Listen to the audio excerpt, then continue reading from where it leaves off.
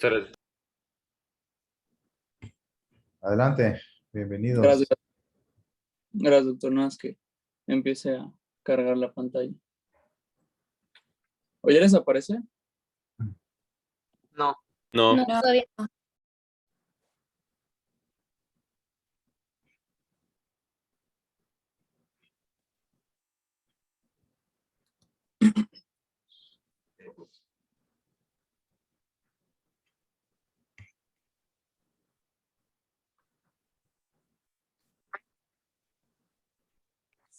Ay, perdón, se me trabó ahorita la pantalla y creo que voy a tener que reiniciar la computadora. Voy rápido.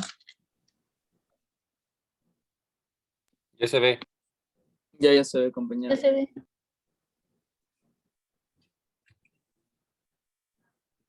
Nada más que no se ve en pantalla. Ahí está, ahora sí. Bueno, compañeros, buen día. El día de hoy vamos a hablarles sobre la osteosíntesis. Siguiente, por favor.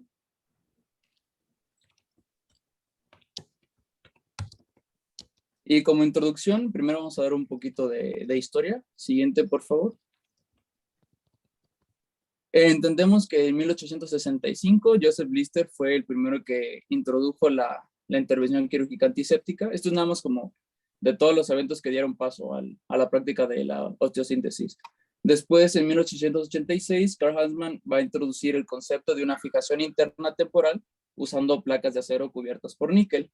Después, de 1892 a 1907, William Lane fue pionero en la técnica de una reducción abierta y fijación interna, y como tal fue Alvin Lambote, no sé cómo se pronuncia su nombre, fue el primero en utilizar o en acuñar el término de osteosíntesis en su libro, que traducido del francés al español es La intervención quirúrgica en fracturas recientes y antiguas, en donde a la vez también describió con detalle pues varias intervenciones quirúrgicas que él mismo había realizado, y aseguró que la osteosíntesis era pues una práctica vital que se puede utilizar para estabilizar con precisión la fractura y que tiene una mejor evolución en su tratamiento. Después de esto, en 1947, Robert Danis, también conocido como el padre de la osteosíntesis moderna, fue el primero que propuso la compresión de la fractura mediante placas con tornillos y evitando así la formación del callo primario y dando paso a una rehabilitación funcional temprana.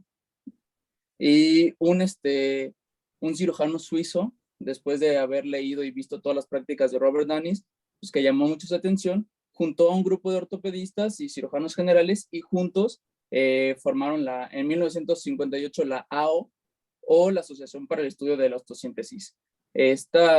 Pues, los principios de esta escuela se basaban en el estudio exhaustivo de la anatomía y de la estabilidad, la biología y la biomecánica de pues, los implantes y su utilidad en el tratamiento de las fracturas. Siguiente, por favor. Bien, como tal, la osteosíntesis la podemos definir como el proceder o el proceso de la reducción y fijación interna de una fractura con el fin de lograr su consolidación y la restitución del paciente a su vida habitual. Entonces, es una intervención mediante la cual se vuelven a alinear los fragmentos del hueso fracturado y se mantienen en posición con elementos externos de naturaleza metálica. Entonces, pues como generalidad, pues hay dos formas en las que un traumatólogo, también dependiendo obviamente de la fractura, puede decidir cómo tratar una fractura, que sea de...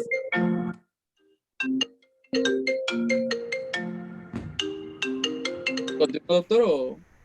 No, adelante, adelante. Ok, que sea de forma cerrada o abierta.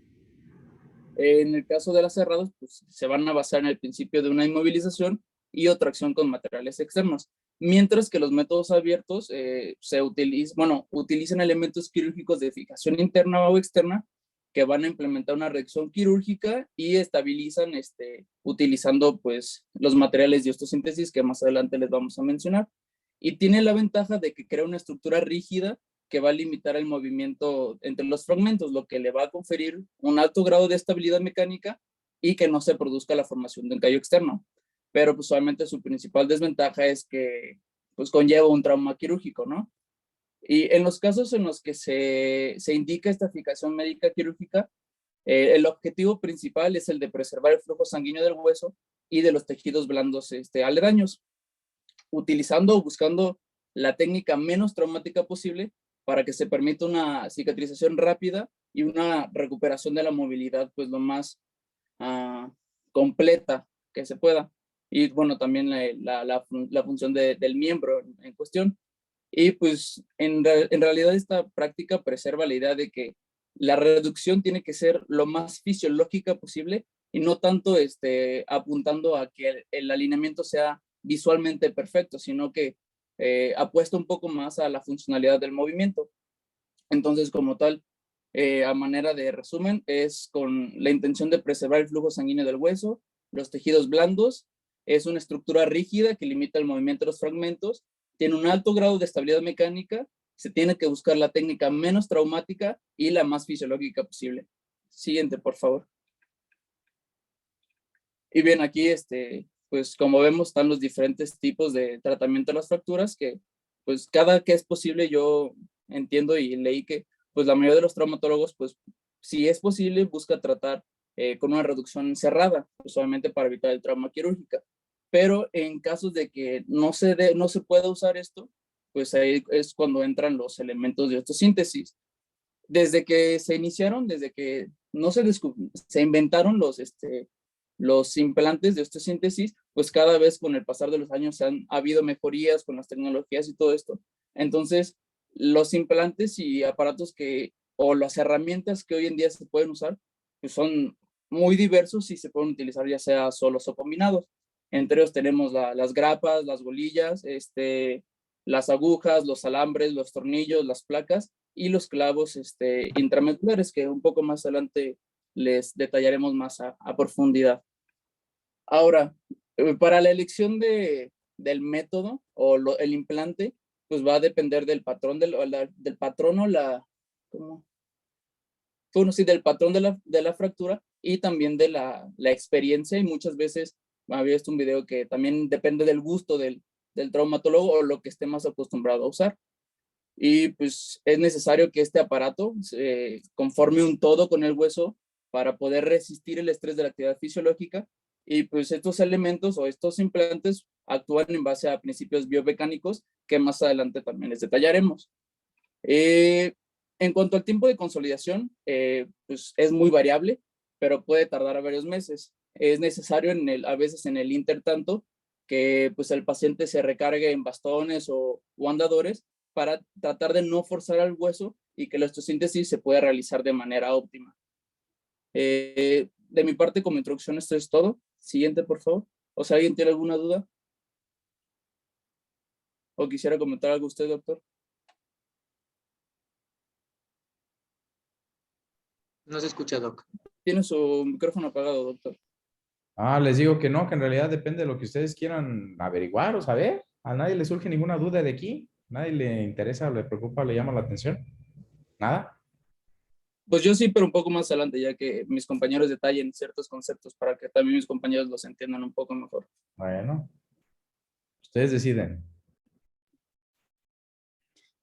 Bueno, yo les hablaré de la consolidación ósea de una fractura, donde como consecuencia de esta, nuestro organismo va a generar muchas reacciones biológicas encaminadas a la curación de la misma.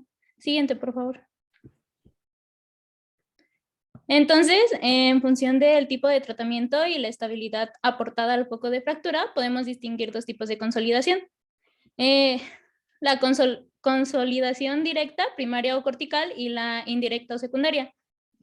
Tendrá lugar la directa en los casos de reducciones anatómicas con estabilidad absoluta, y por lo general esto se va a lograr quirúrgicamente.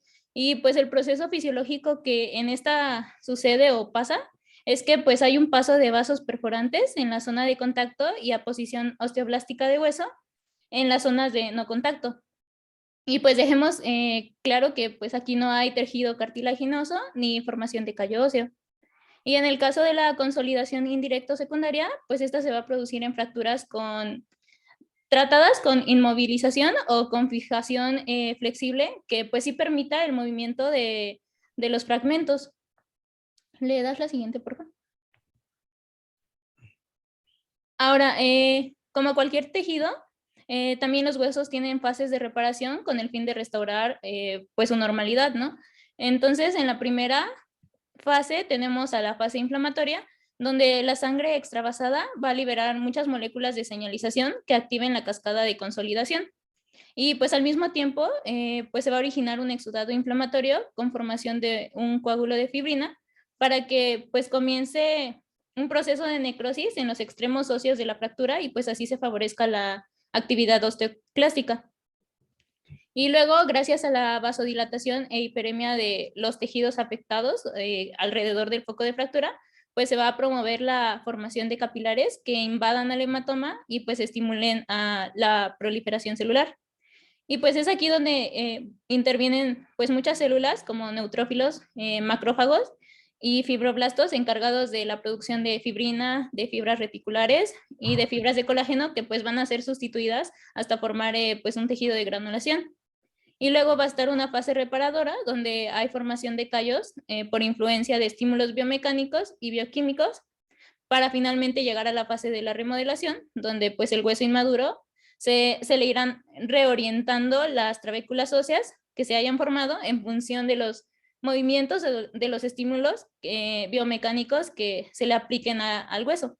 Y pues se va a alcanzar un hueso maduro de tipo laminar. ¿Le das la siguiente, por favor?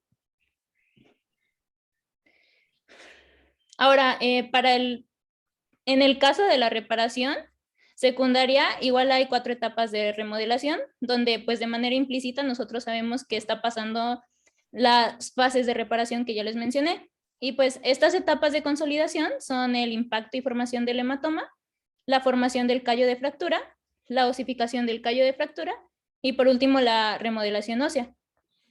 ¿Le das la siguiente, por favor? Y bueno, en el caso del impacto y de la formación del hematoma, pues actualmente se considera que el hematoma que se acumula como tal en el foco de la fractura, más que servir como un medio estable o como un armazón de fibrina, en realidad se le atribuye como el inicio de la cascada de la consolidación, porque pues van a comenzar a aparecer muchas moléculas de señalización. Y pues aquí las plaquetas que van agregándose al hematoma, pues van liberando pues muchas citocinas, interleucinas como la 1 y la 6, también factores de crecimiento transformantes beta y pues factor de crecimiento derivado de plaquetas. ¿Le das la siguiente, por favor? En la segunda etapa, que pues es la formación del callo de fractura, la tensión generada de oxígeno en diferentes puntos del foco de fractura es uno de los factores determinantes para la diferenciación tisular que pues se produce. Ahora, en la zona periférica, que está junto al periósteo, la elevada tensión de oxígeno va a permitir la formación de hueso por osificación endomembranosa. Y pues aquí se va a formar el callo duro. Está compuesto principalmente por colágenos de tipo 1 y osteoblastos. Y en la zona central, pues va a existir una hipoxia y es aquí donde se va a formar un tejido cartilaginoso o el callo blando. Y pues este está formado principalmente por colágeno tipo 2 y condroblastos en proliferación. Y pues este tiene la característica de que osifica endocondralmente.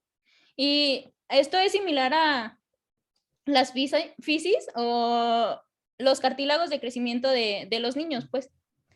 Y donde si recordamos, la osificación endomembranosa no requiere de cartílago para formar huesos, sino que pues este comienza a partir de células mesenquimatosas dentro del tejido conjuntivo fibroso, que pues terminarán diferenciándose en osteoblastos, caso contrario en la endocondral, que pues sí ocupa un molde o cartílago, ¿no? ¿Le das la siguiente, por favor? Y aproximadamente a las 2 semanas de la fractura, pues ocurre la osificación del callo de fractura, donde los condrocitos pues van a dejar de proliferar y el tipo predominante de célula pues va a ser el condrocito hipertrófico. Y pues estas células van a empezar a liberar muchas vesículas de matriz que pues van a contener proteasas con el fin de degradar la matriz cartilaginosa y fosfatasas para que liberen como iones de fosfato y puedan precipitar con el calcio que está en las mitocondrias de los condrocitos hipertróficos. Y pues una vez que el cartílago sea calcificado, pues va a ser invadido por muchos vasos y por condroclastos y osteoclastos que pues van a comerse o a digerir al cartílago calcificado.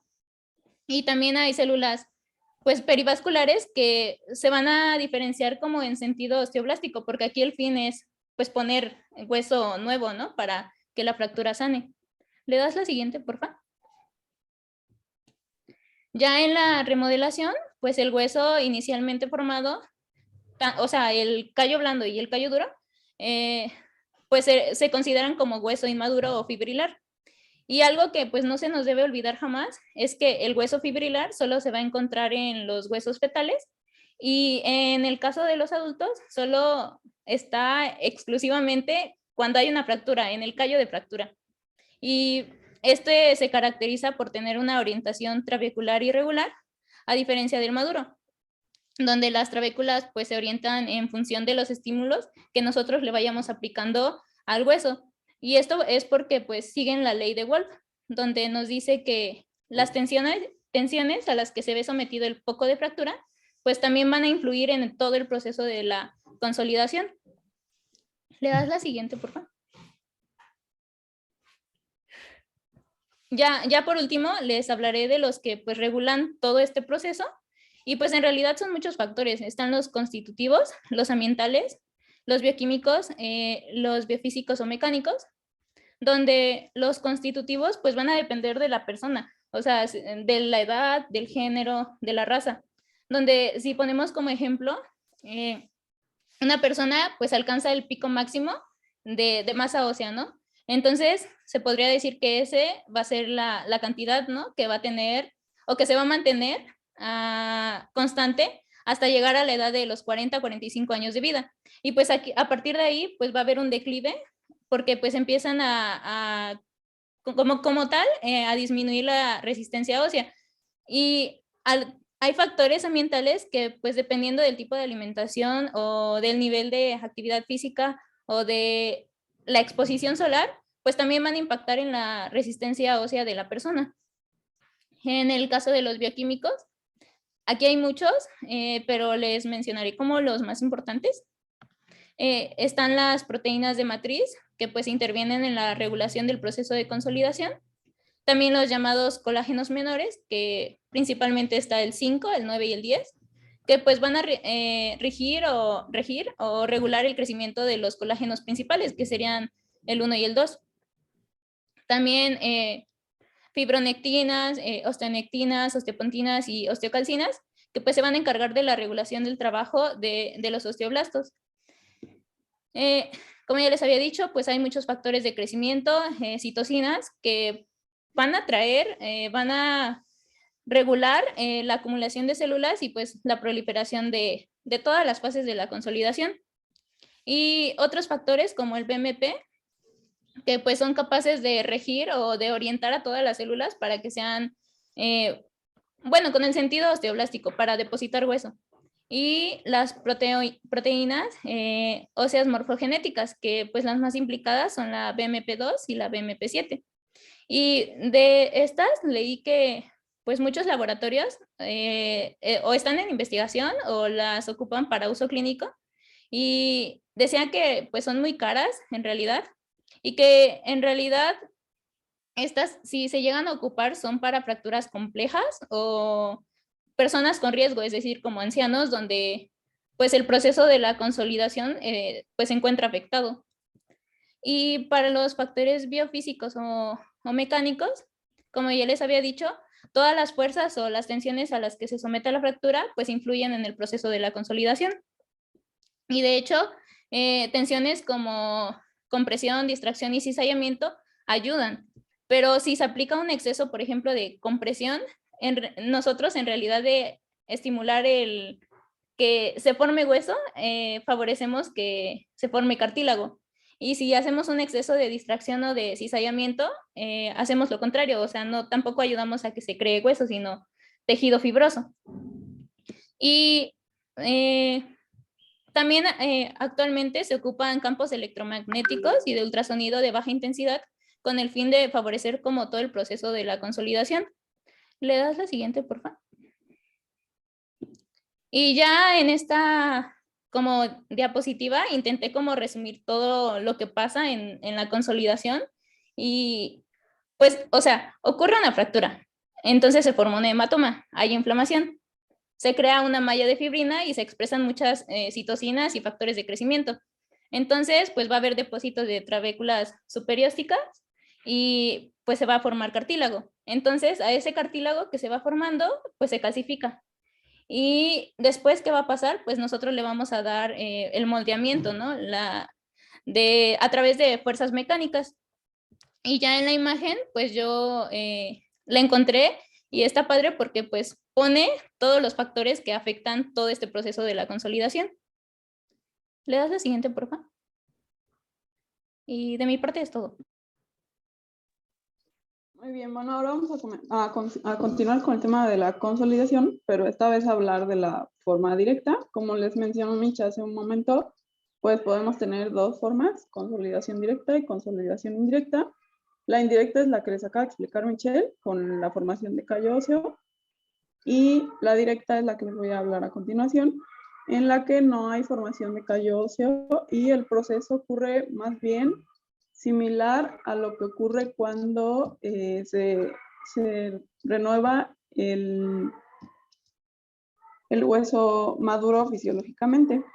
¿Le das la siguiente, por favor? Ok, pero bueno, primero vamos a retomar algunos conceptos que habíamos visto la clase pasada cuando vimos los tipos de fracturas.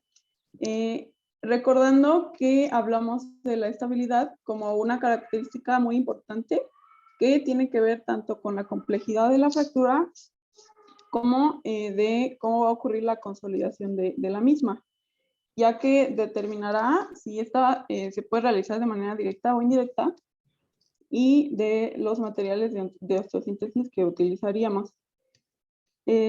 También determina que esta se ocurra de manera adecuada sin ningún tipo de alteración en la consolidación. Otro aspecto que es muy importante es la vascularización del tejido fracturado y como ya lo acabamos de ver en la explicación que nos dio Michelle, es fundamental para que de igual forma todo el proceso ocurra de forma adecuada y tampoco se presente ningún tipo de alteración. Aquí les coloco un esquema que justamente relaciona estos dos términos y cómo es que, bueno, la vascularidad que tiene el hueso previamente al daño es muy importante, así como también el proceso de revascularización que ocurre en conjunto con la estabilidad que le proporcionemos a los fragmentos al momento de realizar la reparación y que determinan que la consolidación ocurra ya sea de manera primaria o de manera secundaria. ¿Le das la siguiente, por favor? Ok. Y bueno, ¿a qué nos referimos al hablar de estabilidad? En términos generales y en el contexto de esta parte de consolidación, es que tanto se mueven los fragmentos del foco de la fractura una vez que ya los hemos unido, por así decirlo, y les aplicamos una fuerza. Y bueno, nosotros decimos que hay dos tipos de estabilidad, la estabilidad absoluta, cuando los fragmentos están íntimamente unidos y no tienen ningún tipo de desplazamiento. Este tipo de estabilidad es justamente la que se necesita o la que es fundamental para que ocurra la consolidación de tipo directa o de tipo primaria, en la que no hay formación de callo óseo. La estabilidad relativa existe cuando se anteponen o se aproximan los fragmentos, pero no hay una inmovilización completa. O sea, los fragmentos sí tienen un movimiento ligero.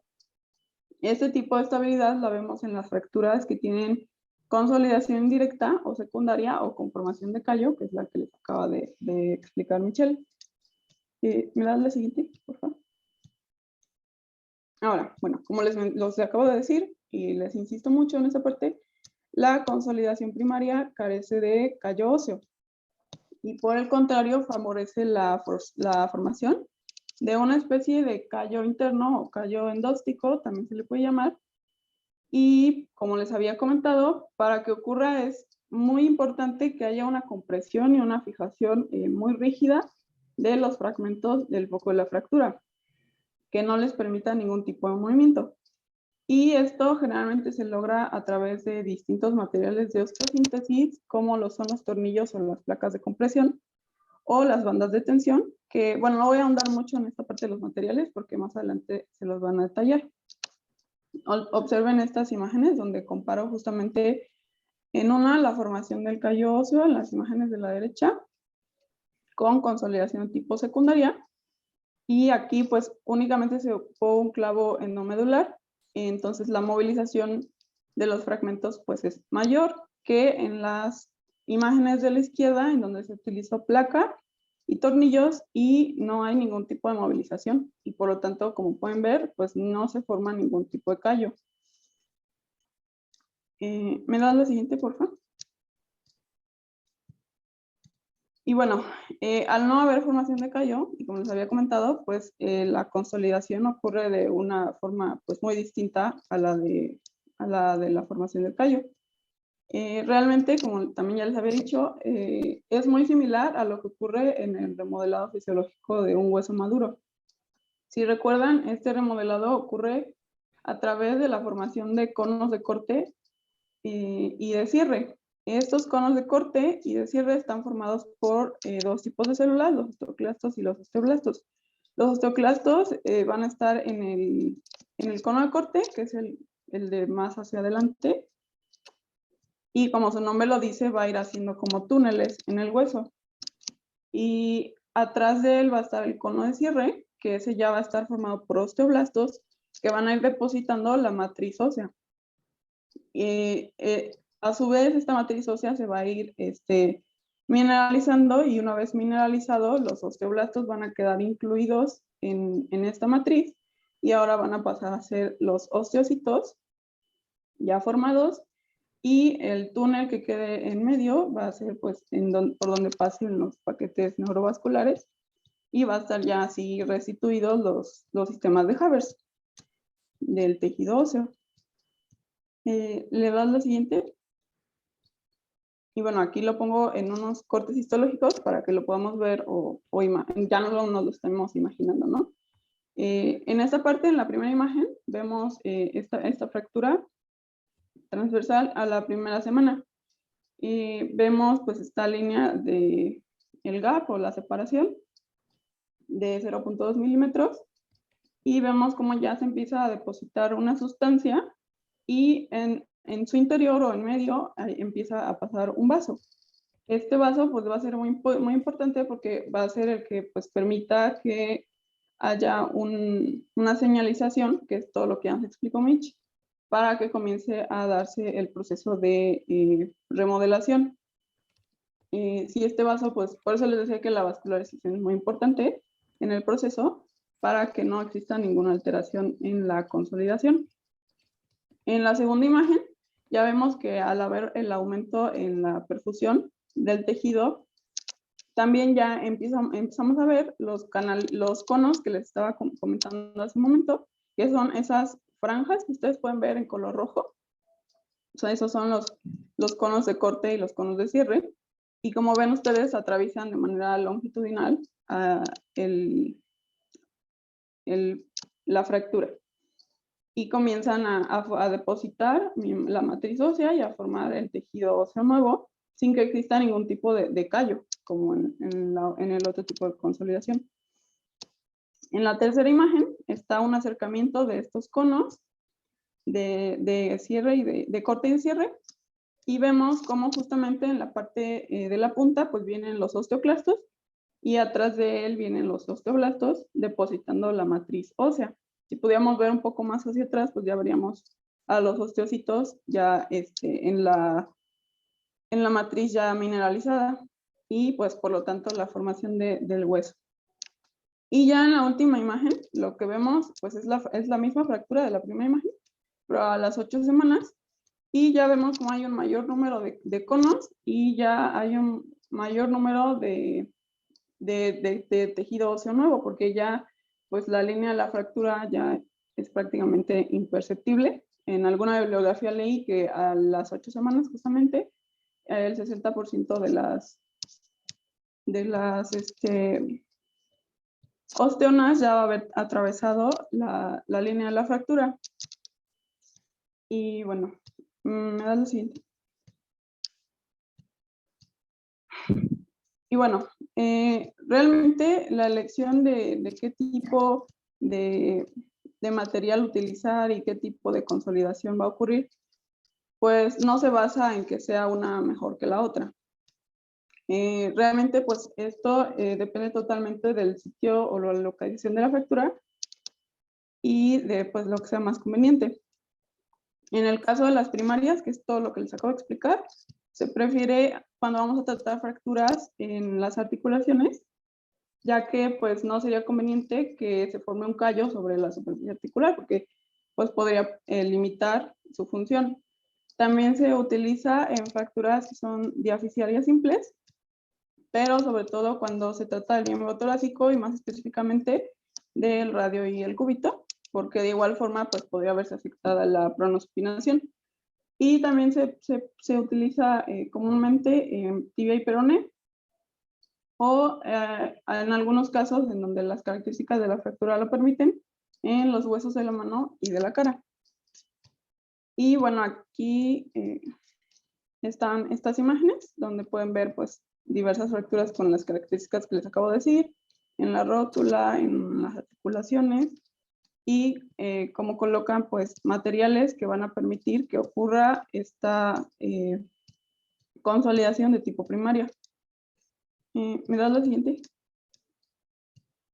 Y bueno, ya finalmente, a manera de resumen de todo lo que acabamos de comentar de esta parte de la consolidación, pues les coloco cuando están indicadas, cómo ocurre, o las diferencias de cómo ocurre cada uno de los procesos, y los materiales de osteosíntesis que se utilizan en cada caso, ya sea que requiramos que la inmovilización sea completa o que sí exista cierto grado de movilidad entre los fragmentos. Y ya, eso sería todo de esta parte. Doctor, yo tengo una pregunta rápida. A ver, adelante. Pues como ya comentado mi compañera, pues la vascularización va a dar paso, ¿no?, a la consideración. Pero en Sí. estos casos, ¿se pueden dar o existe algún tratamiento que mejore la vascularización y se dé junto a, bueno, en este caso los implantes para que, o en caso de que se llegue a dañar la vascularización, o no hay actualmente ese tipo de esquemas o tratamientos? Ok, surgen un montón de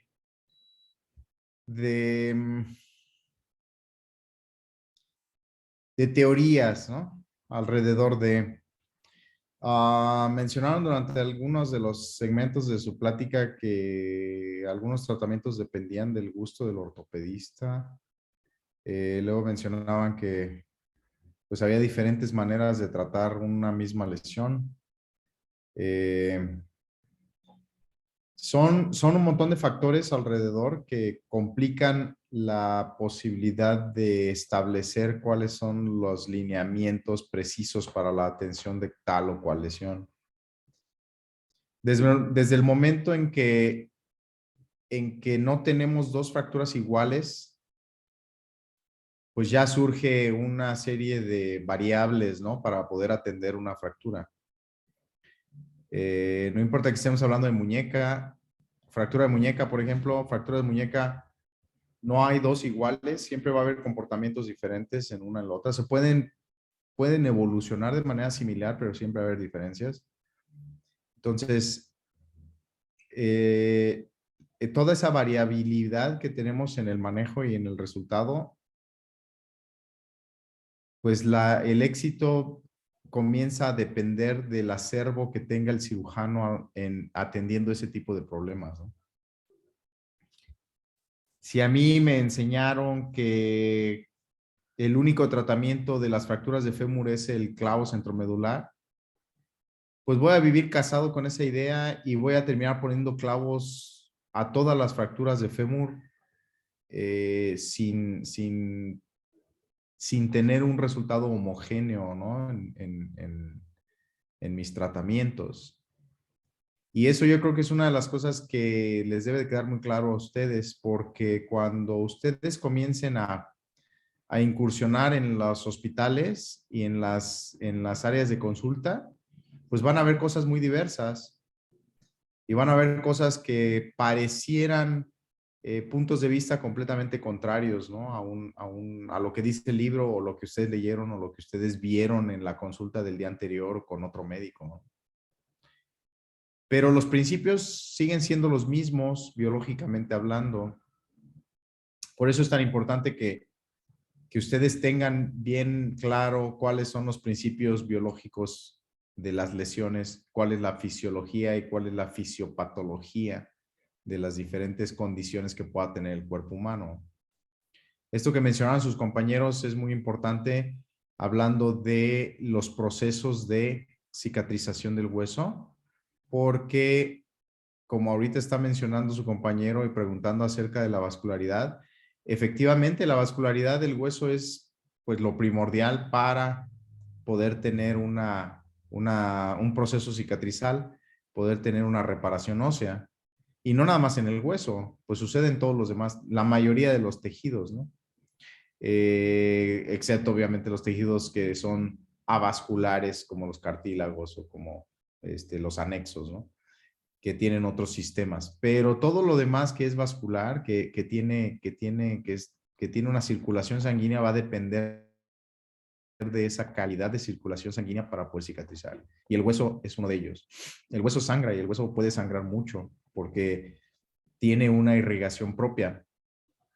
Entonces, la pregunta se las replanteo de la siguiente manera, la que acaba de hacer su compañero. ¿Existe alguna manera en que ustedes puedan aumentar una cicatrización, o mejor dicho, aumentar un flujo sanguíneo en algún tejido, en cualquier parte del cuerpo? Fíjense bien en la pregunta, aumentar un flujo sanguíneo para una cicatrización. ¿Alguien puede contestar eso?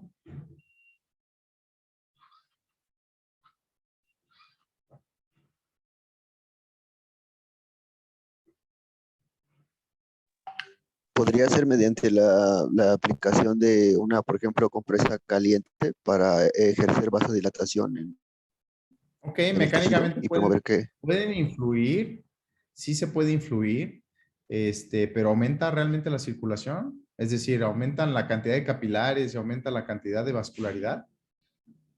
no, podría ser que se pudieran llegar a dar de forma exógena factores de crecimiento vascular endotelial. Ajá. Ustedes díganme, ¿se puede?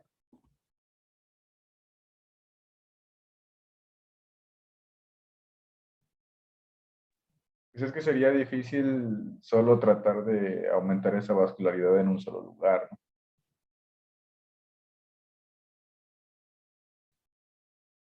Denme un segundo.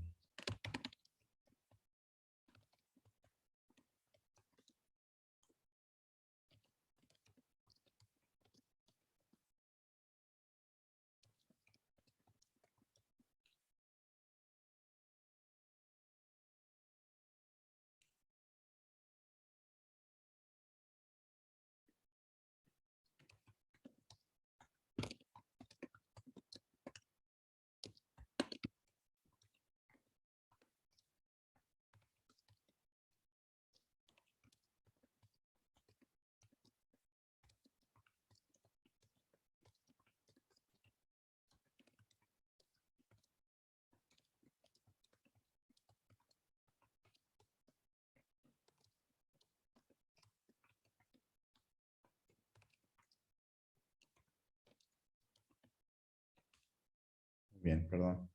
Es que estoy tratando un asunto con un colega. Ok, entonces, pero aumentar realmente la vascularidad como tal. O sea, refiriéndose a neoformación de vasos o simplemente aumentar el flujo. Pues eso sería más bien regresando a la pregunta que me hicieron.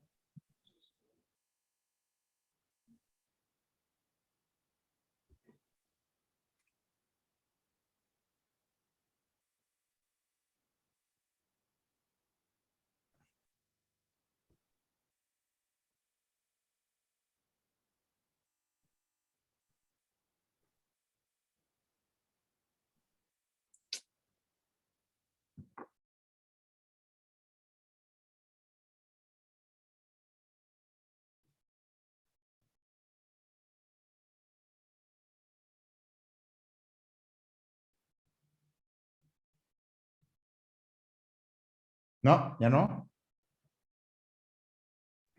¿Podrían hacerse trasplantes de pequeños vasos? Trasplantes de pequeños vasos.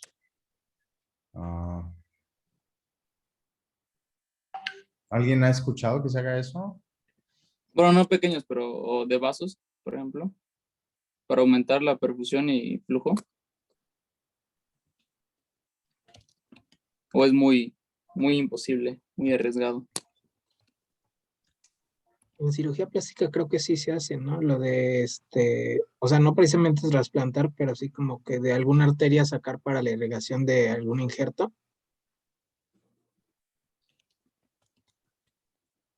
Sí, en realidad, Doctor, creo que la terapia de vacío para curación de heridas.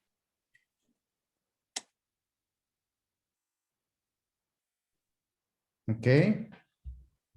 Ok, ha habido un chorro de intentos, como ustedes ya empezaron a arrojar información, ha habido un chorro de intentos para tratar de resolver este asunto, justamente enfocados hacia allá. Vamos a volver a las bases. Ok, necesitamos, lo que queremos hacer es llevarle mayor perfusión a un tejido. Acuérdense que los tejidos no nada más son las arterias principales, o la irrigación de los tejidos no nada más son las arterias principales, sino que la mayor red de perfusión es capilar, es la más grande. Y pues modificar la cantidad de capilares resulta complicado.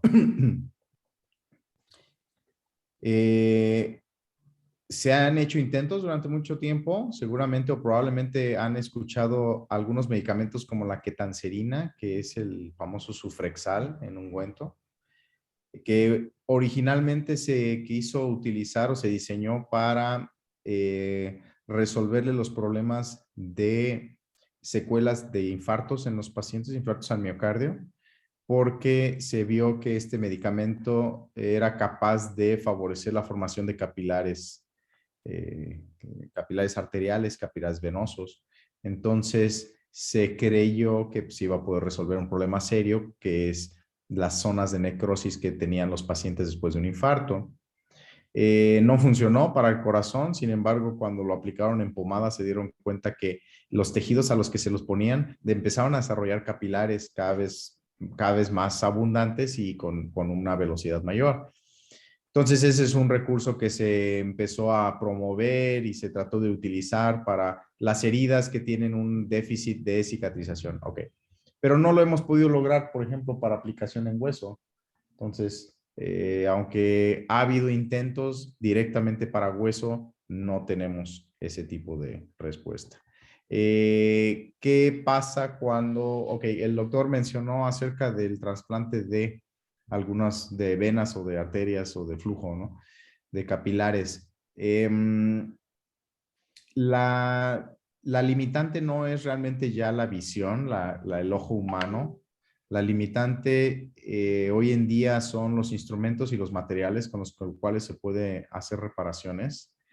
En la actualidad, la sutura más delgada que ustedes pueden encontrar en el mercado son 11 ceros, que es la más delgada que hay para poder hacer reparaciones microvasculares. Sin embargo, cuando ustedes hablan de un 11 ceros, pues no están hablando de capilares, en realidad están hablando de arterias que pueden ser de medio milímetro, de 3.4 milímetros de diámetro, que son muy pequeñas, pero no son capilares todavía, ¿no? Son arteriolas, son vénulas. Entonces, todavía no se llega al desarrollo de suficiente material para poder hacer reparaciones o hacer reconstrucciones o poner injertos de ese calibre. Pero sí los podemos hacer hasta calibres de 11 ceros. Entonces, sí podemos hacer reconstrucciones de arterias y venas de muy pequeño calibre, por ejemplo, puntas de dedos, dedos enteros, manos, etc. Ahora, esto cuando ustedes lo hacen no quiere decir que estén aumentando la cantidad de capilares. Lo único que están haciendo es reconectando un capilar que está lesionado.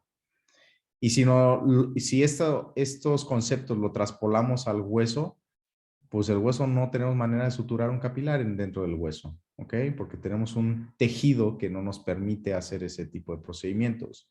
Entonces, en realidad no tenemos una manera de poder aumentar la cantidad de vascularidad de un hueso. Tejidos blandos es otro boleto y ese sí podemos llevarle sangre, llevar flujo, cambiar una arteria, pasar una arteria para aquí, para allá, etcétera, etcétera, etcétera, o tejido sano vascularizado hacia un lado o hacia el otro. Pero en hueso es una situación un poco diferente, que es complicada, ¿no? Entonces, eso era un poquito lo capcioso que quería que ustedes...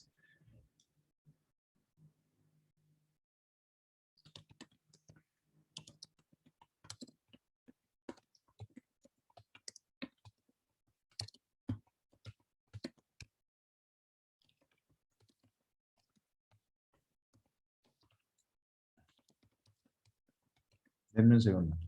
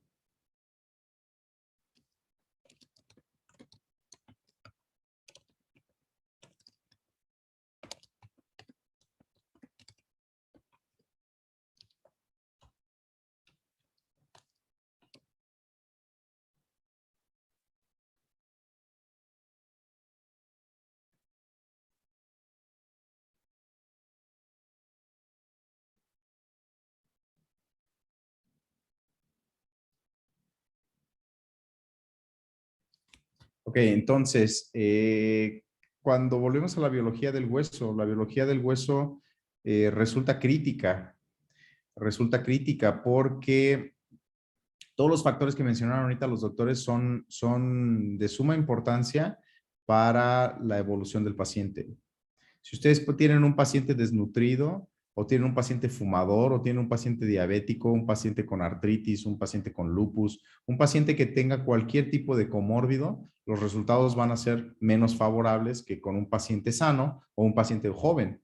Entonces, en ortopedia vemos todo el espectro. Vemos desde los pacientes sanos recién nacidos, que se le cayó a la mamá y se fracturó el fémur, hasta el paciente anciano que se cayó de la cama porque tiene un poco de demencia senil y se fracturó la cadera. Es decir, pacientes en todo el espectro de edades los vemos.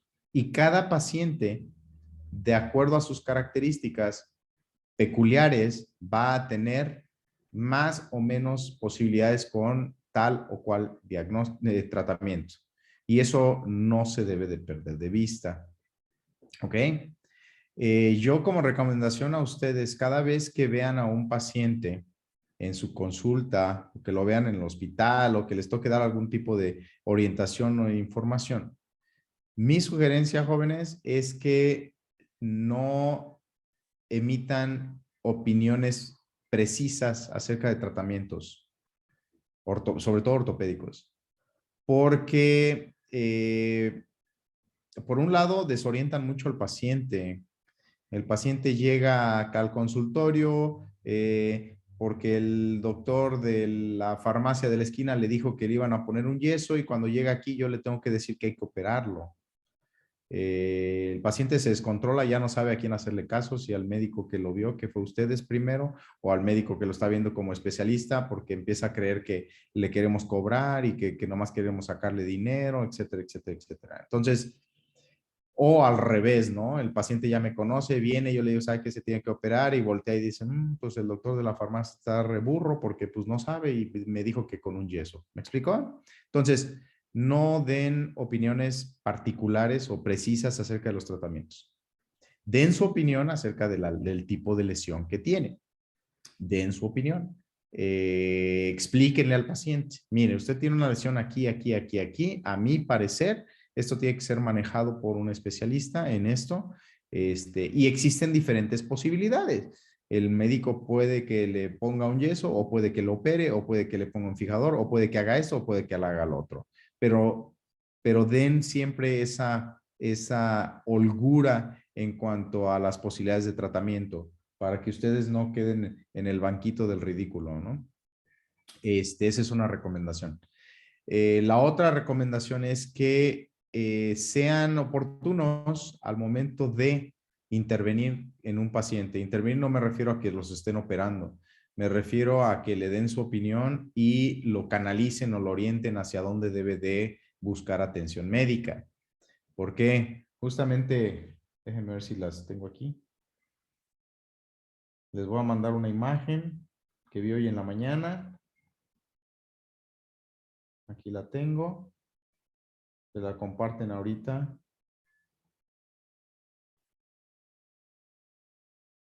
¿Dónde está? ¿Dónde está? Albarrama. Sí, doc. Sí, doctor. Ya te lo mandé. Esas imágenes fueron tomadas hace un mes a una paciente que se cayó hace un mes, un poquito más de un mes, y le dolió la muñeca y le tomó la radiografía el médico general y esa es la imagen. Compártanselas, ya sé que son rapidísimos, ya hasta la deben de tener todos seguramente. Ok, esa es la imagen. ¿Qué les llama la atención?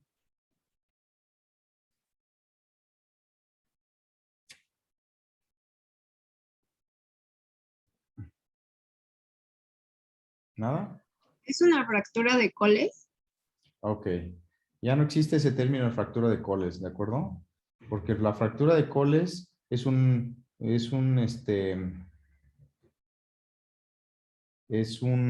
¿cómo se llama?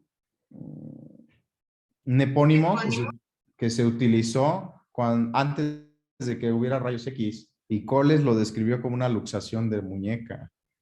Y a ver, díganme, ¿está luxado?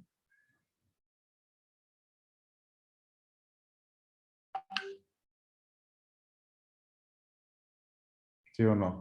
¿Está luxado? No. Pues no, está fracturado. Entonces no pueden estar utilizando términos como fractura de Coles. ¿Y entonces cómo se llama ya? Es una fractura metafisial distal de radio, así se llama. Son las famosas FEDRAS. Son las fracturas del extremo distal del radio. Así se llaman. Entonces ya no aplica pues el epónimo.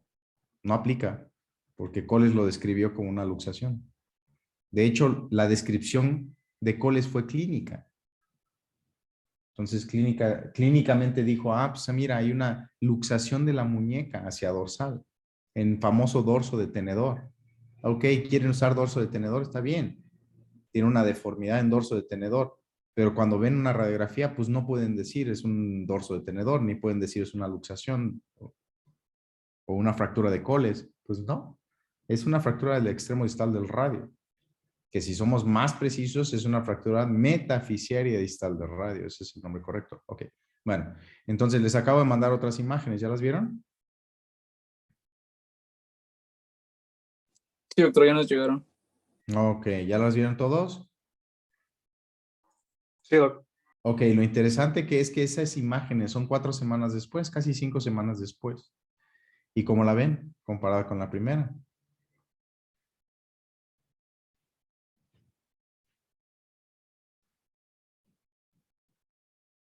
¿Cómo ven esas fracturas? Ya no les estoy pidiendo los términos descriptivos de la fractura. Díganme nada más una comparada con la otra. ¿Tan igual, tan peor, tan mejor? Está peor, ¿no? Pues sí, efectivamente está peor. Y viene a solicitar valoración y consulta precisamente porque cuando regresa a la consulta con su médico general, que en un futuro van a ser ustedes, pues el médico general la vio y ya la vio peor y ya no supo qué hacer.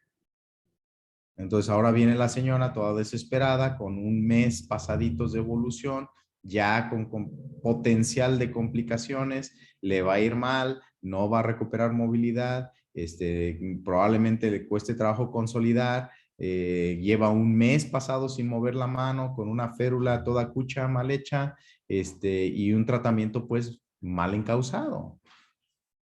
¿Me explico?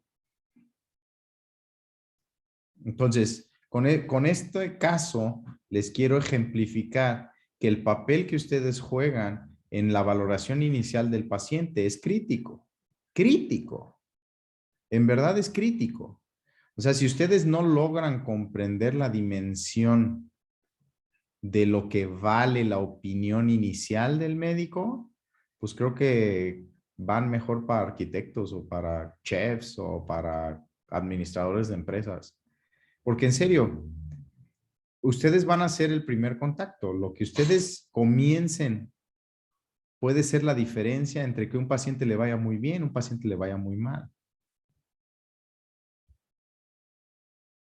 Qué bueno que ya escucho algunos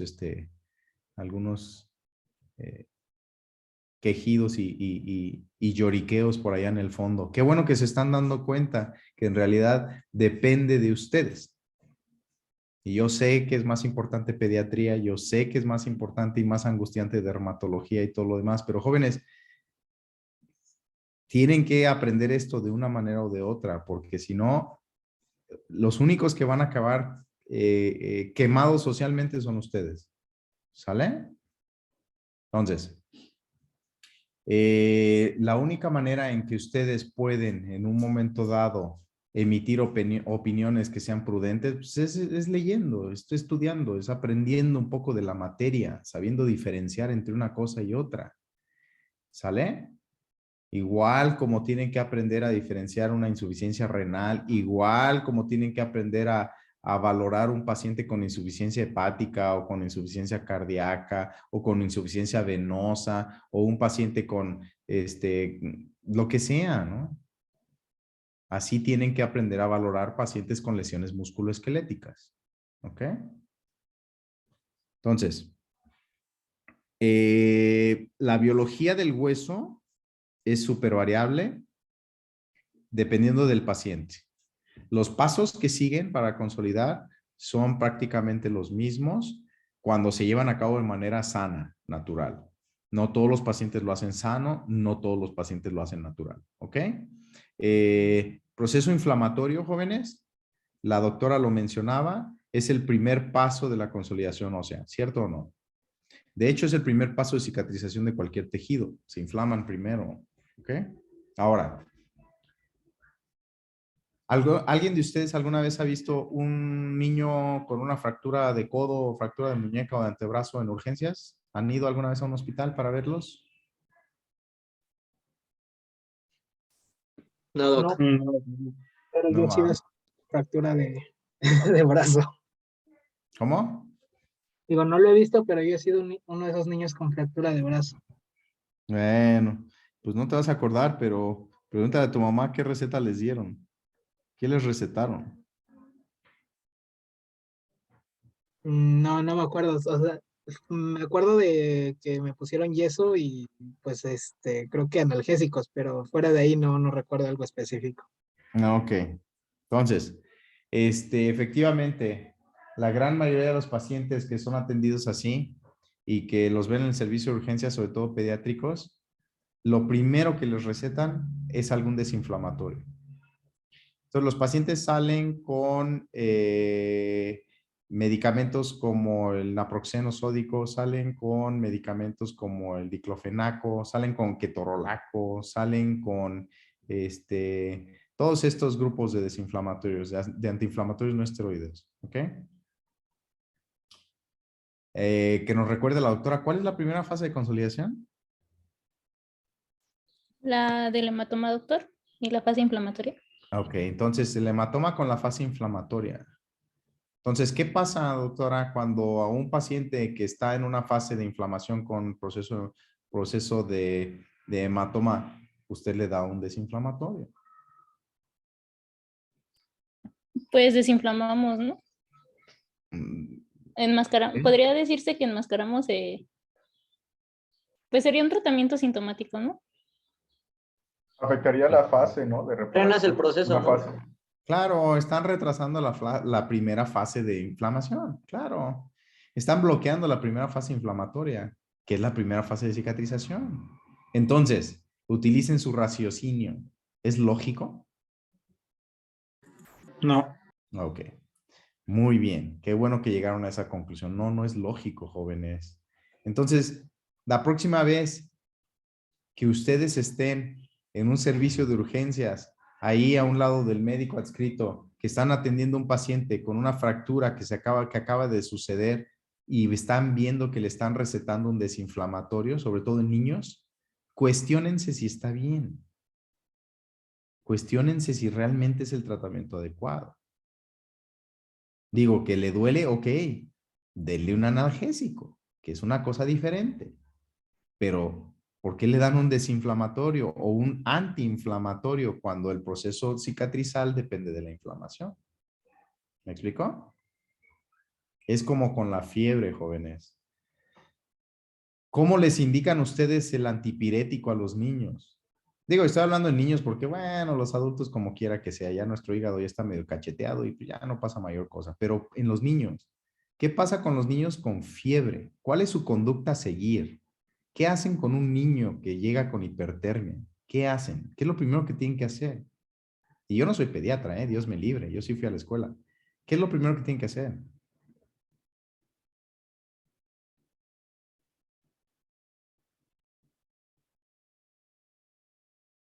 Bueno, no saben qué hacer cuando nos llega un niño. Piensen que no es un niño que no es de ustedes, no se asusten. Piensen que les está llegando un niño a la consulta. De lo que ustedes quieran, no trae nada roto, no se cayó ni nada. Lo trae la mamá porque dice que tiene fiebre. ¿Qué hacen? Los medios físicos para bajar la fiebre. Antes de eso, Encontrar una causa. antes de eso.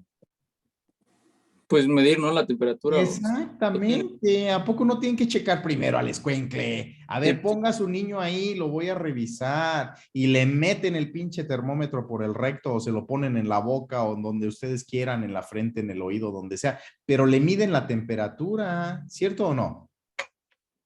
Sí, sí, primero.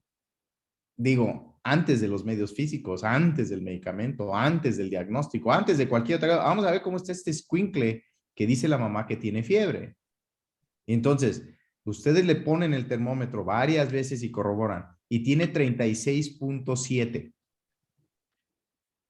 ¿Qué hacen?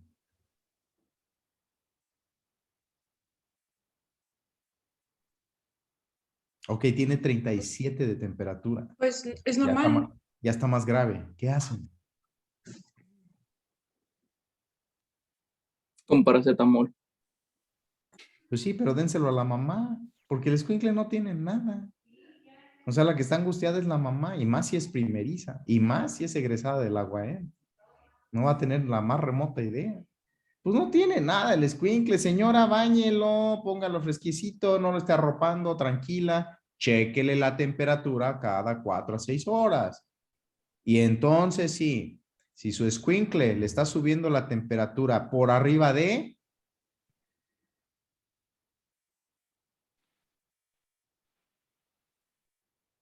¿Quién sabe? Dice. Lea la cajita. 37.5, ¿no?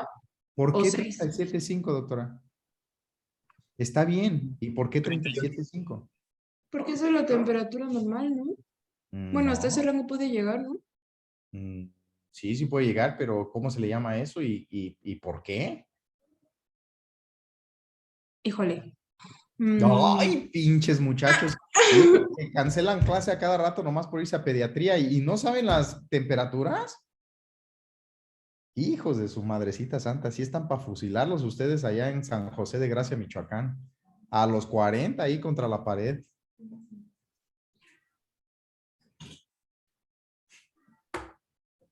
No me hagan eso.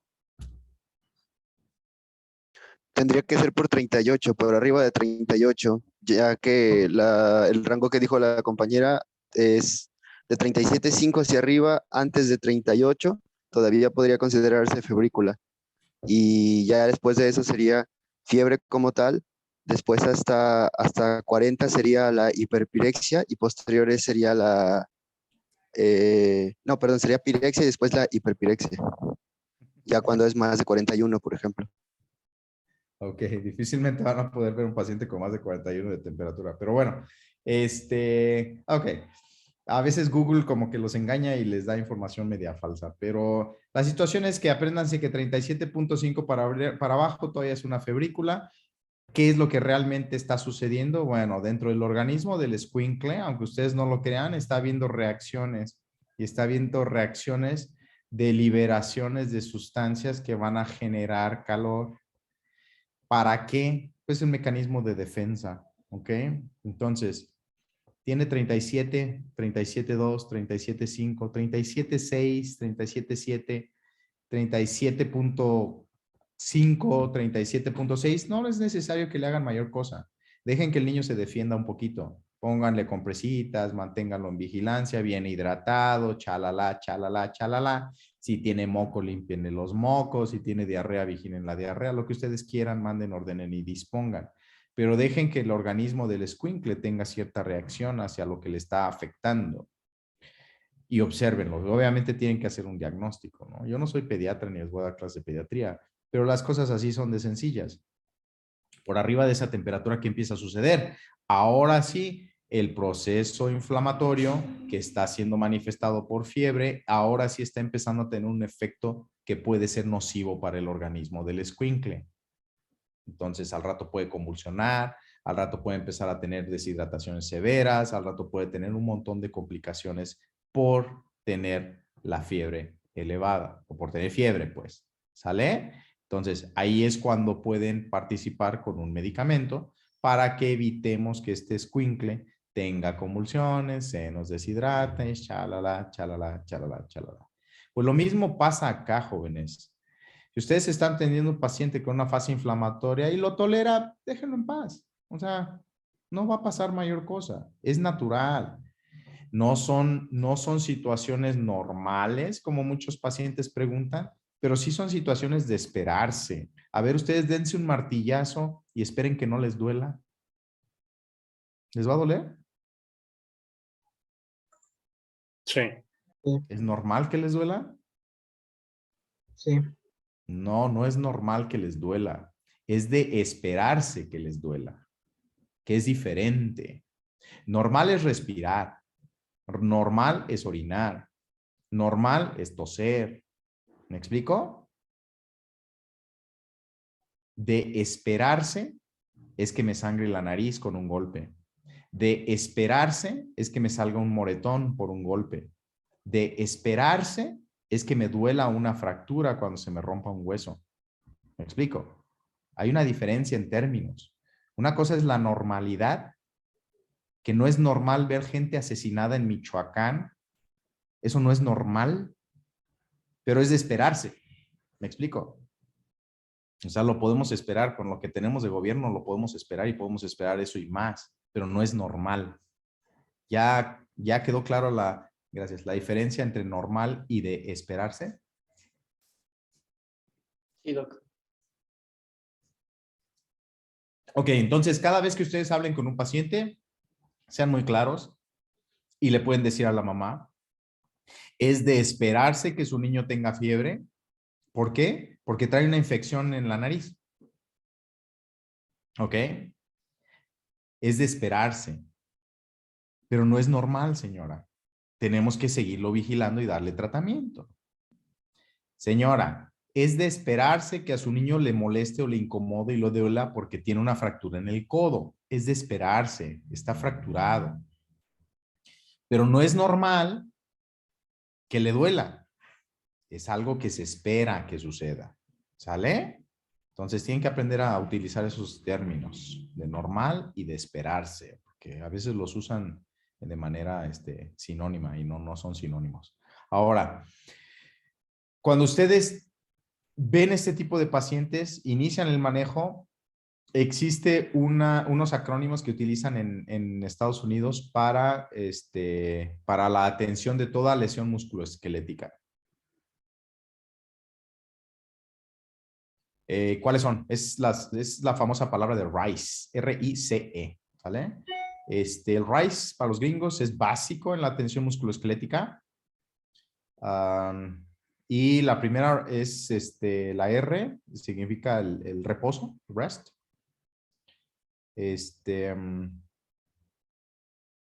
La segunda, que es la I, es immobilization, que es inmovilizar. La tercera, que es compression, que es mantener contenido. No es comprimir, pero es mantener contenido. Y la cuarta, que es la E, es elevation. Entonces, cuando ustedes tienen un paciente con una lesión musculoesquelética, tiene que estar en reposo. Necesitamos inmovilizarlo, necesitamos mantenerlo contenido y necesitamos elevarlo. ¿Sale? Eso le debemos de mandar prácticamente a todos los pacientes que se lesionan. Doctor, Entonces, ¿sí? anteriormente era lo de crioterapia, ¿no? Es que sí recuerdo ese acrónimo de RICE, pero cuando yo lo vi me dijeron que era la terapia con hielo. Sí, sí se puede aplicar también. Sabes que los gringos lo utilizan montones de cosas alrededor. Sí, crioterapia es una de las alternativas también. Vamos a escribirlo entonces con doble C. Lo vamos a mantener en contenido y con crioterapia. ¿Sale? ¿Por qué? Porque si ustedes dejan un tobillo que está fracturado así nada más al aire libre, ¿qué pasa?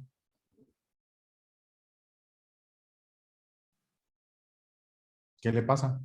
Va a continuar el proceso de inflamación, ¿no? Sí, pero además del proceso de inflamación, ¿qué sucede? Pues puede llegar a lastimar otras estructuras, ¿no? Si no se moviliza.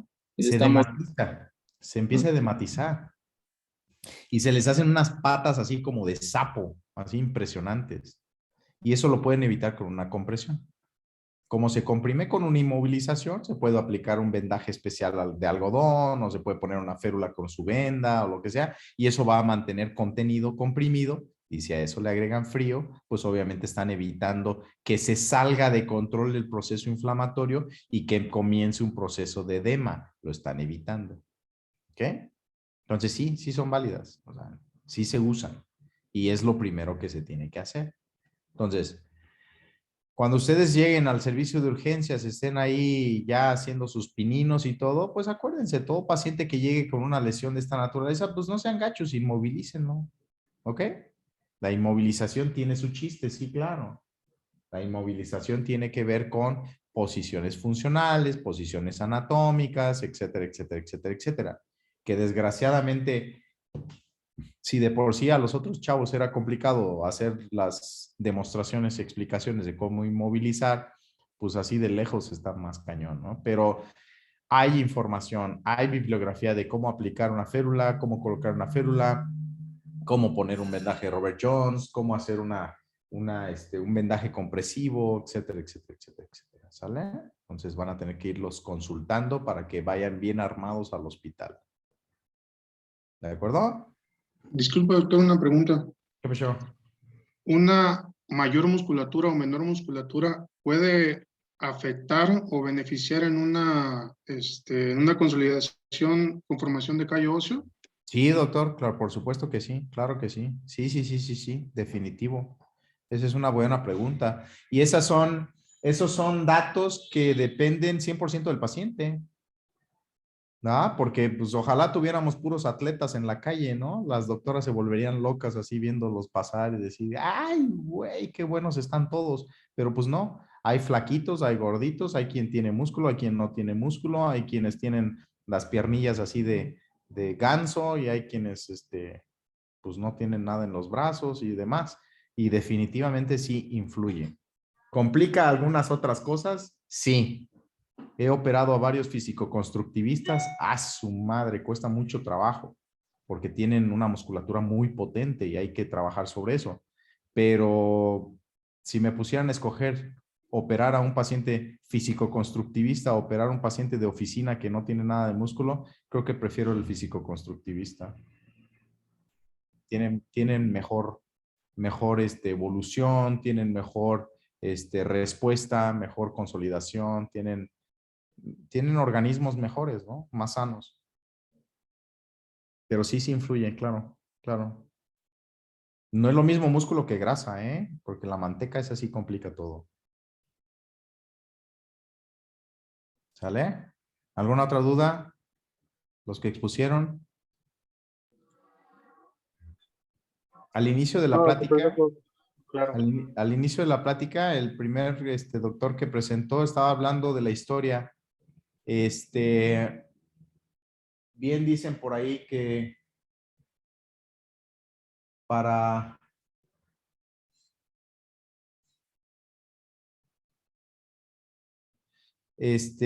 solamente el que conoce la historia puede evitar que vuelva a suceder, ¿no? Entonces,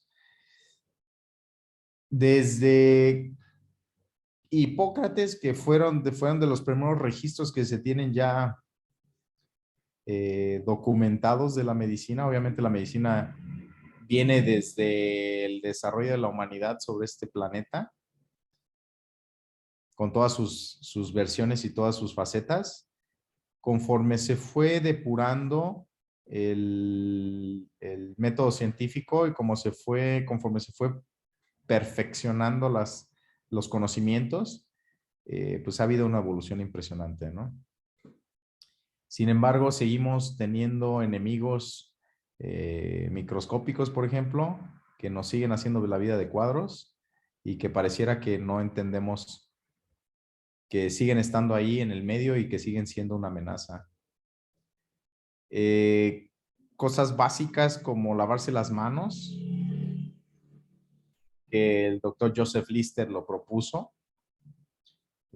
Cosas básicas como utilizar guantes para poder manipular en un momento dado tejidos o manipular pacientes que de repente nadie le hace caso. Todos estos principios son fundamentales para poder tener buen resultado en los tratamientos de los pacientes. Ustedes sabían que durante la Primera Guerra Mundial, antes de que se utilizaran las técnicas antisépticas, los pacientes heridos de guerra se lavaban con el mismo trapo y la misma cubeta todos los pacientes. Y no se explicaban por qué se gangrenaban, ¿no? Decían, puta, empieza a haber infección cañón y se les empiezan a podrir las patas y las manos y todo. Pues sí, porque tenían la cubeta como caldo de cultivo y utilizaban un trapo para lavarles las heridas y era el mismo trapo para todos los pacientes. Entonces, imagínense la cantidad de porquería que circulaba por esas enfermerías, ¿no? Y a veces parece que seguimos estando en la Primera Guerra Mundial y seguimos haciendo cosas muy cochinas. Hay que ser muy estricto y sobre todo cuando estamos hablando de hueso. El hueso, híjole, el hueso es como algunas mujeres, no tiene palabra de honor. El hueso puede dar una sorpresa así catastrófica o puede ser toda una dama y portarse fabulosamente bien, ¿no? Mi sugerencia es que cuando ustedes lleguen al punto quirúrgico, si es que llegan a hacerlo, porque seguramente algunos se van a desviar por ese camino del mal, sean cautos con los tejidos, respeten la barrera que tiene el cuerpo humano, que es la piel, y sobre todo cuando ustedes esa licencia para matar que les permita violar esa barrera que tenemos los seres humanos con el medio ambiente, que es nuestra piel, y poder adentrarse en un cuerpo humano, acuérdense que es una gran responsabilidad y que cuando salta la liebre y empieza a haber complicaciones y empieza a haber infecciones, puta, todo el mundo le corre. Y cuando hay infecciones en hueso, jóvenes, puta, hasta el paciente le quiere correr, porque son bravas, son rebeldes, son difíciles, son complicadas, ¿ok? Entonces, pues así como Joseph Lister lo propuso, pues hay que prevenir. Hay que prevenir. Algunos de ustedes les va a tocar, espero, si es que les llega a tocar entrar conmigo alguna vez a cirugía, se van a dar cuenta que cuando yo opero, desde toda la vida, desde que yo estaba en la residencia, yo mismo lavo a mis pacientes para poderlos operar, porque no confío en las uñas ni en las manos de nadie, y yo mismo los lavo. Y ustedes van a ver en muchas instituciones cómo el cirujano entra como un dios a la sala de operaciones y puso a la enfermera a lavar, ¿no? O puso al estudiante a lavar, y él nada más llega para enguantarse y operar. Esos no son cirujanos, jóvenes, esos son operadores, y yo les digo operadores de estrella de oro, porque pues parecen los camiones estrella de oro, ¿no? Así todos gordos y mugrosos y con la corbata café. Cuando lleguen, si es que llegan a ser cirujanos, traten de ser lo más fino posible, lo más elegante posible, lo más limpio y pulcro posible. En su trabajo, afuera quieren ser marranos, sean marranos, eso no pasa nada. Pero cuando estén en su trabajo viendo pacientes y operando pacientes, sean lo más pulcro y lo más limpios posibles y verán que sus resultados van a ser buenos. ¿Sale? Pues ya con esta cápsula de la Rosa de Guadalupe ya nos despedimos y nos veremos entonces el día viernes, ¿cierto? Viernes. Sí, doctor. Ya nos vemos. Sale. No sé, ya nadie tiene alguna duda, alguna pregunta, algún comentario acerca del tema o de otra cosa que quisieran comentar. Yo sí, doctor. A ver, doctora. Primero. En orden, ¿quién? En cuanto a los, bueno, al material, ¿quiere que también hablemos sobre cómo se coloca o nada más lo mencionamos o solo mencionamos los puros materiales? Porque pues Mire, sí es doctora. bastantito. Mire, algo importante que deben de tomar en cuenta. Ustedes, todos ustedes, los que están conectados, los que no estén conectados, están en esta carrera hasta donde yo entiendo por voluntad propia. Están aquí porque quieren estar. Nadie los obligó, nadie los forzó, así como los van a forzar para casarse o lo que sea. No, aquí no. Ustedes escogieron y ustedes firmaron y ustedes autorizaron y ustedes aceptaron estar aquí. ¿Sale? Si bien es cierto que es una universidad pública en la cual pues prácticamente ustedes pagan nada y prácticamente a nosotros nos pagan nada, sí les puedo decir que tienen toda la oportunidad de poder aprender igual o mejor que en cualquier otra institución que ustedes se comparen. Ustedes no tienen por qué ser estudiantes de segunda o de tercera. Ustedes no tienen por qué pararse a un lado de alguien egresado de la Anáhuac o egresado de La Salle o egresado del TEC de Monterrey, porque ellos hicieron medicina allá y ustedes hicieron medicina aquí. ¿Ok? Yo soy egresado de puras escuelas públicas. Puras escuelas públicas. A mí nunca me pagaron y yo no quise pagar tampoco cuando tuve la oportunidad una educación privada para poder hacer mi carrera de médico. Pero sí hay algo muy importante que tienen que tomar en cuenta y esa es una de las cosas más difíciles que ustedes van a tener enfrente. Cuando ustedes o alguno de sus hijos lo manden al TEC de Monterrey a estudiar, el maestro es un esclavo de ustedes porque le están pagando y le están pagando muy bien. Y ustedes van a exigir que ese maestro le enseñe a su hijo muy bien. Así son esas instituciones. Ajá. Y el maestro se va a tirar en el piso, se va a arrancar las vestiduras para poder enseñarle a su hijo lo que en teoría debería de saber. En las universidades públicas no es así. ¿Sale? Aquí no. Aquí, para la madre que me paguen, créanmelo, no me alcanza ni para un cartón de cervezas cada quincena. Y miren que me tomo fácil 3. Entonces no me alcanzaría ni siquiera para eso. Yo no estoy aquí por lo que me pagan. Yo no soy sirviente de nadie, ni del director, ni del jefe de enseñanza, ni del papá de ustedes, ni de nadie. Estoy aquí porque estoy convencido de que se tiene que retribuir algo hacia la sociedad.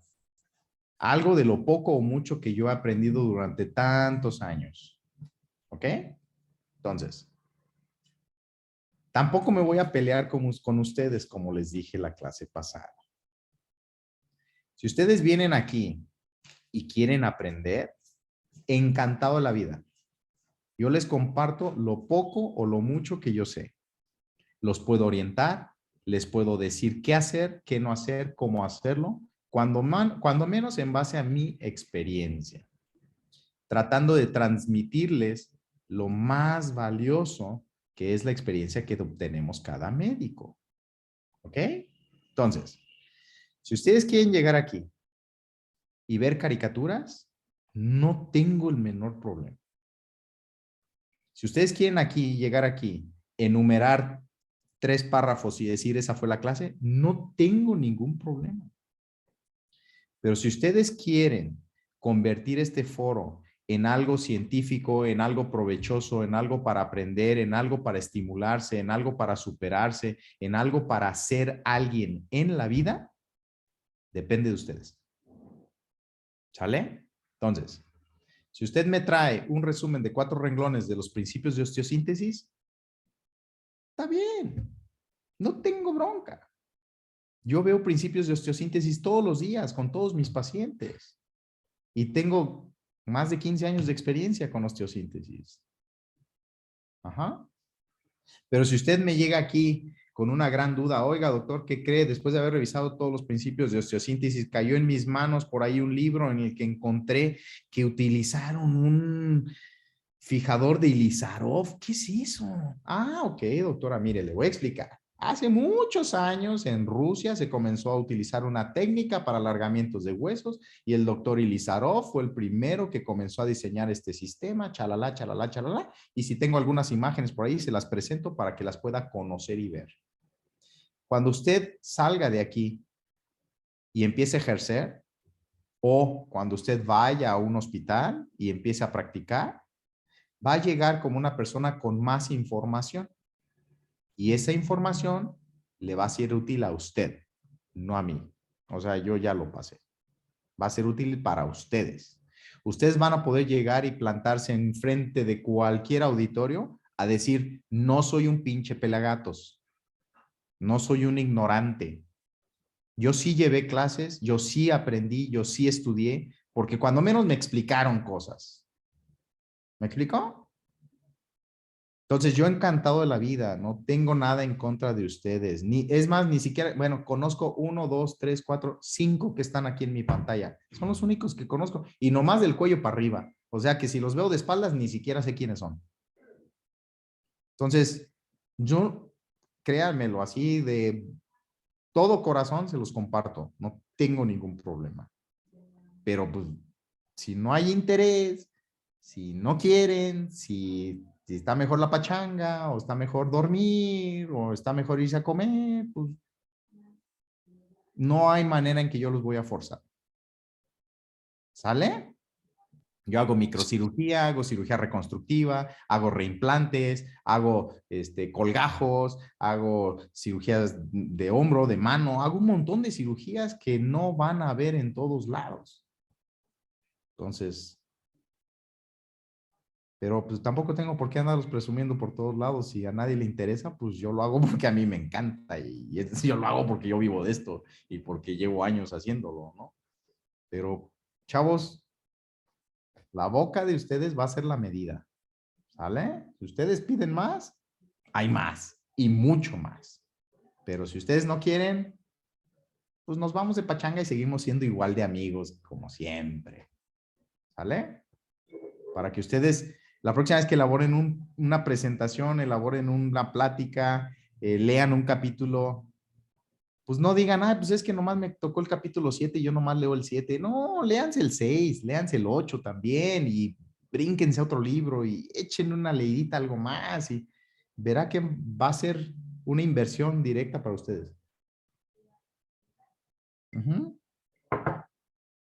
¿Sale, chavos?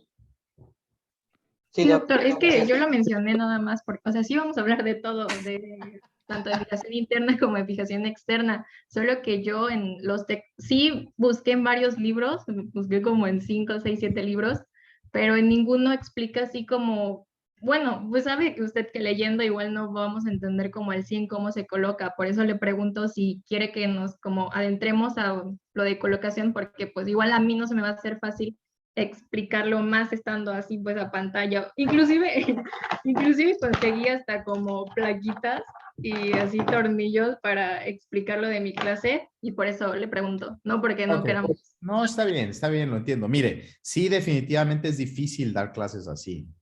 Es difícil. Hace poco en algún lugar me encontré uno de estos pinches memes que siempre hay en que dicen, antes los maestros teníamos que decirle a los alumnos, ya cállense por un carajo, cállense. Y ahora tenemos que voltear a decirles, hey, hablen, digan algo, porque no sabemos qué está pasando con ustedes de aquel lado. Lo entiendo perfectamente bien. No es fácil para mí y entiendo que es mucho más difícil todavía para ustedes. Porque es que, jóvenes, estamos tratando de enseñarles a ustedes mecánica automotriz sin que toquen un carro. ¿Me explico? O sea, ¿cómo le explico a usted, doctora, cómo explorar una rodilla si no puede haber ni siquiera un paciente en medio? Si ni siquiera puedo agarrar y decirle, agárrele la rodilla a su compañero, ni siquiera tiene compañero a un lado. ¿Me explico? Es bien complicado, pero entiendo pues que para ustedes es más complicado todavía, porque van a ciegas, o sea, van a tientas, apenas están empezando a abrir los ojos con ciertas cosas. ¿Y cómo le explico a usted, doctora, cómo se siente un menisco cuando se luxa? Pues nomás lo va a leer. Y hasta que vaya al hospital, si es que le toca, lo va a poder ver o tocar o sentir. Y si ni siquiera tienen la oportunidad de entrar a un quirófano, ¿cómo carajos lo van a ver? ¿A poco están viendo cadáveres? ¿A poco están haciendo prácticas? O sea, la tienen bien complicada, lo sé, lo entiendo. Está bien complicado para ustedes. Y si a eso le agregamos, seamos honestos, que a veces hay poco interés, pues peor. Porque se complican tanto las cosas que terminan diciendo como estudiantes, ay, no, esto está de la chingada, qué hueva, mejor me duermo. O mejor, no sé, hago otra cosa, porque pues ya me topé con pared, ya no tengo para dónde ir, ya no tengo cómo empezar a ir y buscar más información. ¿Ok? Entonces, rompan ese círculo vicioso, vuélvanse creativos, hagan cosas interesantes para que esto se vuelva algo que realmente les beneficie. Y repito, como dije al principio, no es por beneficio para mí. A mí no me genera nada. Ni me van a pagar ustedes, ni me va a aumentar la consulta, ni nada. O sea, esto es de médico a futuro médicos. Es de colega a colega. ¿Ok? No es así de que, pues ustedes son menos y yo los voy a adiestrar. No es cierto. Somos colegas, nada más que ustedes están en una fase empezando y yo ya llevo muchos años que lo empecé y que llevo haciéndolo. ¿Ok? Entonces, qué bueno, doctora. Qué bueno que ahorita vimos que parece ser que va a estar interesante la siguiente clase. ¿Por qué? Pues porque quisiera que también, no nada más a usted, sino a todos sus compañeros les empezaran a surgir dudas y empezaran a decir, oiga, pero a ver, no entendí, ¿cómo es que un paso de rosca? ¿Cómo es que una cresta y un valle en un tornillo? A ver, explíquenme, no entiendo qué está pasando. ¿Me explico? Y podemos adentrarnos hasta donde ustedes en un momento dado digan, no, ya eso del biofilm en los tornillos ya es demasiado, ya no queremos saber nada más. Está bien, hasta ahí llegamos, ¿no? Pero pues ustedes son los que tienen que decidir. ¿Sale? Por mí encantados. Ahora, cualquier duda lo pueden hacer llegar a través de su jefe de grupo, no tengo ningún problema. Es decir, tampoco les digo, cualquiera escríbame porque no contesto muchos mensajes que, sobre todo de teléfonos que no conozco y no me da tiempo. Entonces, pero si lo hacen a través de su jefe de grupo o escriben por correo al consultor, a mi consultorio o lo que sea, pues podemos en un momento dado intercambiar más información. ¿Vale? Sí, doctor. Sí, Órale, doctor. pues. ¿Alguna otra duda? No, de mi parte no. Sale, échenle muchas ganas, jóvenes. Ustedes están en la flor de la vida y están para tumbar caña, dicen aquí en Morelos. ¿Sale? Entonces, cabrón, ya quisiera yo estar en la edad de usted. Bueno, no, ya no. Está de flojera. Mejor sigo trabajando. ¿Sale? Ok, entonces estamos en contacto. Nos veremos el próximo viernes. Gracias, doctor. Buen día. Vale. Gracias, doc. Vamos Buen día. a- Doctor, hasta luego. Gracias, Doc. Buen día. Gracias, doc. Hasta luego.